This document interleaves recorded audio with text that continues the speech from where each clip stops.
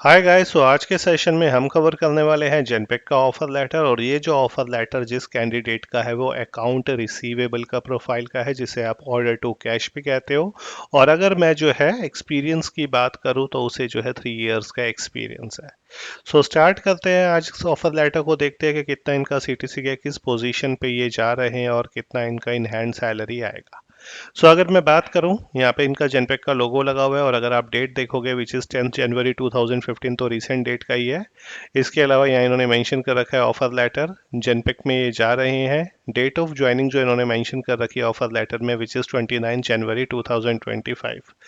ये जो date of joining होती है ये टेंटेटिव डेट ऑफ ज्वाइनिंग होती है। जो डेट ऑफ ज्वाइनिंग जेनपेक में जो कंफर्म होती है वो आपकी TY/DY के पोर्टल पे होती है, यानी कि जब आपके पास लेटर ऑफ इंटेंट आ जाता है, जिसे हम ऑफर लेटर भी कहते हैं।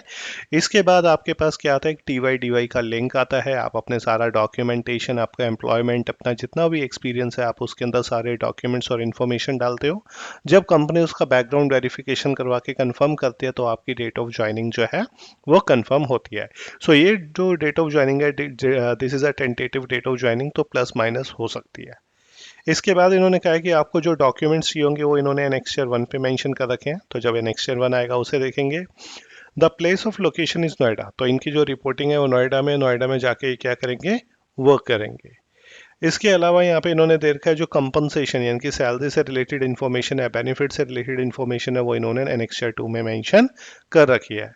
क्योंकि ये एज अ एमटी ज्वाइन कर रहे हैं, मैनेजमेंट ट्रेनिंग ज्वाइन कर रहे हैं, तो इनका जो नोटिस पीरियड है विच इज़ 3 मंथ्स, इन्होंने यहाँ पे मेंशन कर रखा है। 3 मंथ्स का एमटी लेवल पे, मैनेजमेंट ट्रेनिंग लेवल पे जो है वो नोटिस पीरियड होता है जेनपेक में।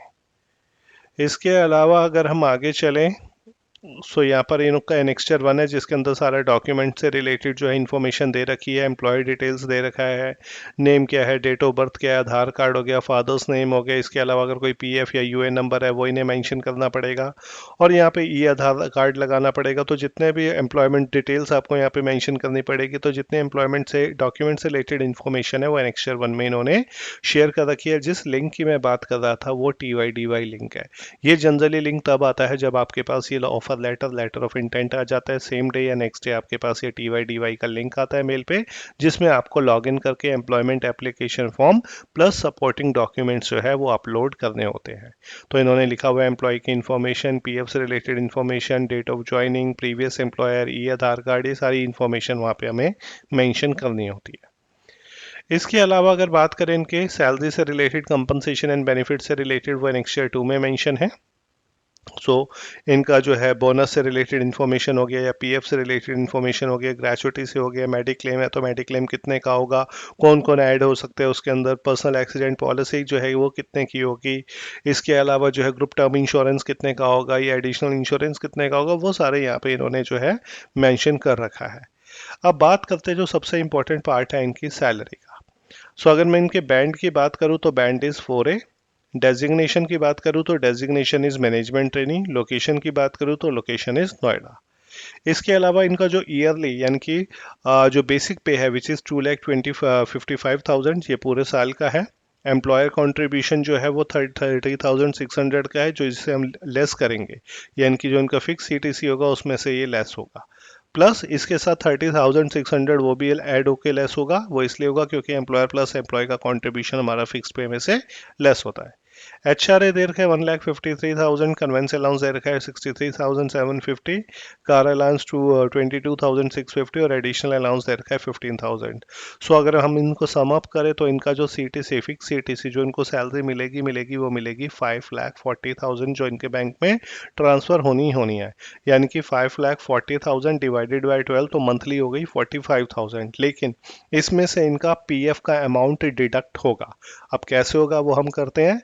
5,40,000 इनका फिक्स्ड पे है, माइनस 30,600 जो होगा वो एम्प्लॉयर का कंट्रीब्यूशन होगा। 30,600 जो लेस होगा वो एम्प्लॉय का कंट्रीब्यूशन होगा, वो भी इसमें से लेस होगा। टोटल हो गया 4,78,800। इसे मैं 12 से डिवाइड करता हूँ तो अप्रॉक्स इनकी सैलरी जो बैंक में आएगी वो 39,900 आएगी। प्लस इन्हें जो ईयरली बोनस मिलेगा वो 10% इसका बोनस मिलेगा। अगर इसको भी मैं ऐड कर दूं तो इनका जो टोटल सीटीसी होता है फिक्स सीटीसी प्लस जो इनको बोनस जो इन्हें मिलेगा 50,000 के अराउंड, वो इनका पैकेज बनता है 5,94,000। सो अगर मैं 5,94,000 को डिवाइड करता हूँ 12 से, तो इनका सीटीसी जो आता है वो आता है 45,7833, यानी कि 5,94,000 डिवाइडेड बाय 12। सो 49,500 रुपीज़ जो है वो इनका सीटीसी बनता है, यानी कि कॉस्ट टू कंपनी। लेकिन इसमें से इनको जो है आएगा 39,900। क्यों? क्योंकि हमने जो पीएफ वाला पार्ट है वो इनके पीएफ के अकाउंट में यूएन नंबर में जो पीएफ ओपन होगा वहाँ जाएगा, प्लस इनका जो है सैलरी वाला जो पार्ट है, यानी कि जो इनका बोनस वाला पार्ट है वो इन्हें ईयरली बेसिस पे मिलेगा।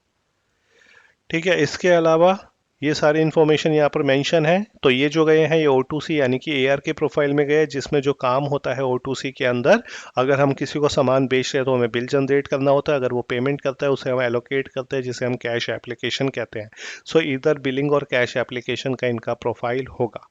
तो इन्होंने जॉब चेंज करी, इससे पहले ये एक्सेंचर में थे, एक्सेंचर से ये जेनपेक में जा रहे हैं और एमटी लेवल पर जा रहे हैं। सो इसी तरीके के जो है आपके साथ मैं ऑफर लेटर शेयर करूंगा। कोई भी आपको इन्फॉर्मेशन चाहिए, इंक्वायरी करनी होती है, तो आप जो मेंशन होते हैं नंबर उसके ऊपर, या जो डिस्क्रिप्शन में नंबर मेंशन है उस पर आप कॉल करके कंफर्म कर सकते हैं। सो जल्दी मिलेंगे हम नेक्स्ट वीडियो में और इसी तरीके से एक और ऑफर लेटर देखेंगे। Thank you.